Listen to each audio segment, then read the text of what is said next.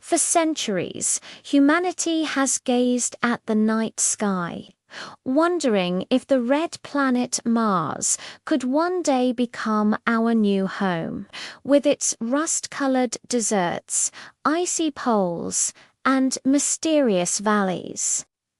Mars has always fascinated scientists, dreamers, and explorers alike.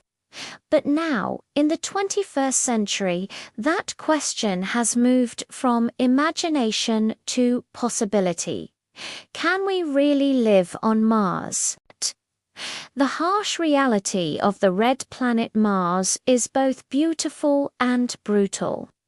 Its sky glows orange, its surface is carved by ancient rivers, and its mountains rise higher than any on Earth. Yet, beneath its beauty lies danger.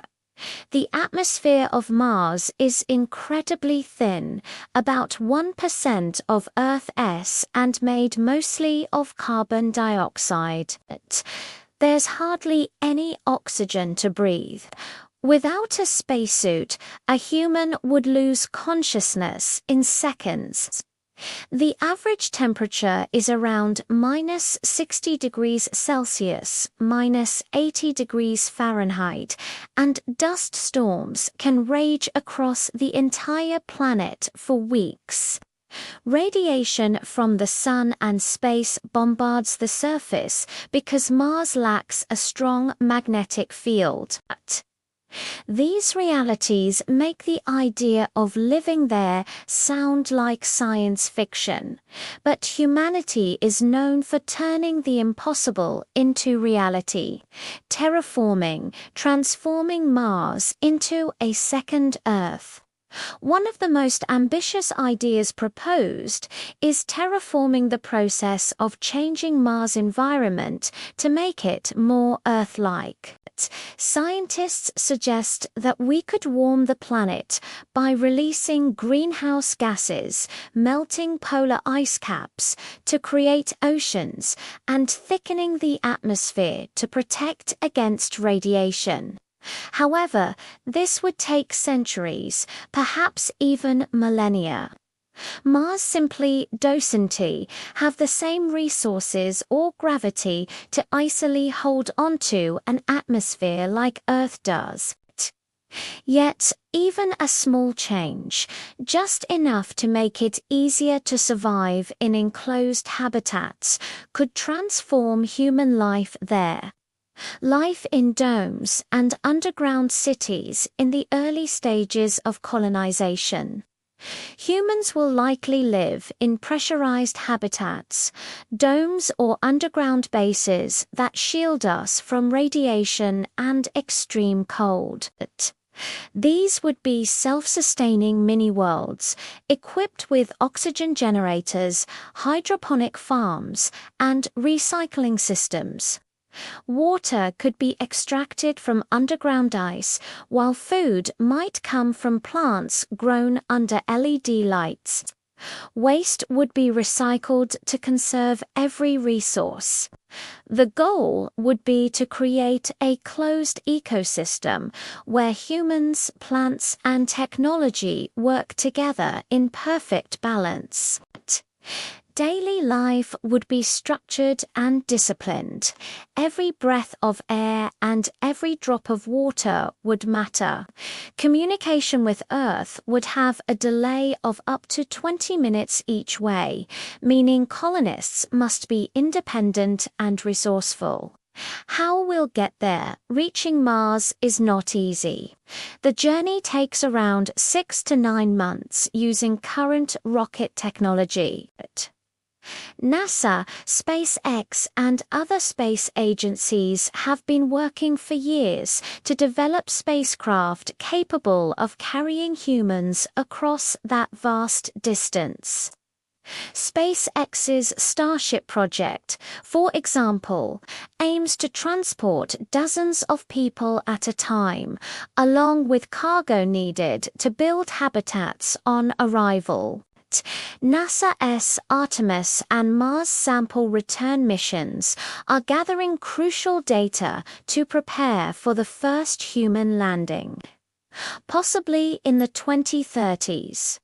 Every launch teaches us more about surviving long-term in space, how to grow food, recycle air, and protect against cosmic radiation.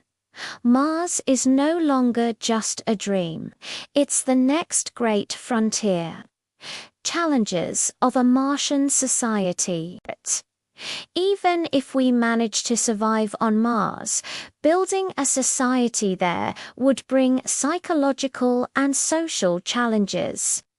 Imagine waking up every day knowing that stepping outside without protection means death.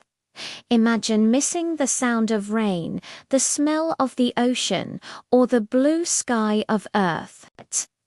The isolation could affect mental health.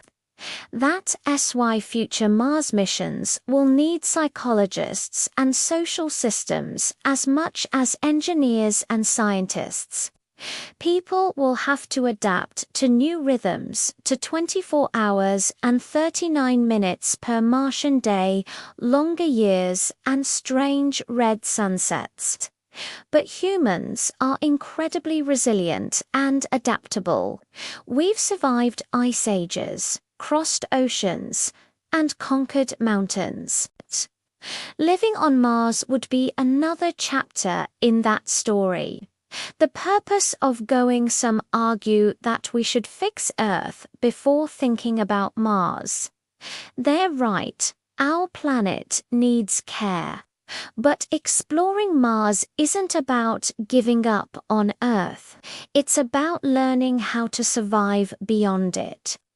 Mars can teach us about sustainability, innovation, and teamwork on a global scale. The technologies we develop for Mars renewable energy, water recycling, sustainable agriculture could help us improve life on Earth too. And perhaps most importantly, Mars gives humanity a shared goal. It reminds us that we are one species, united by curiosity and the desire to explore. Signs of life past or future.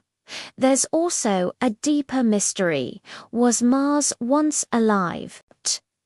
Scientists have found evidence that water once flowed their rivers, lakes, even oceans. Ancient microbes might have existed beneath its surface billions of years ago. If we ever find proof of past life, it would change our understanding of the universe forever. It would mean that life is not unique to Earth, that it could exist elsewhere, waiting to be discovered. The future awaits. So, can we live on Mars? The answer is not yet. But we're getting closer every day. It will take courage, intelligence, and cooperation. It will require new technologies and new ways of thinking. But just as our ancestors once looked across the sea and wondered what lay beyond, we now look to the stars with the same question. Mars may one day become humanity's second home, not to escape Earth, but to continue our journey of exploration, discovery, and hope. As the first footprints mark the red dust, one truth will echo across time. Humanity never stopped reaching for the stars.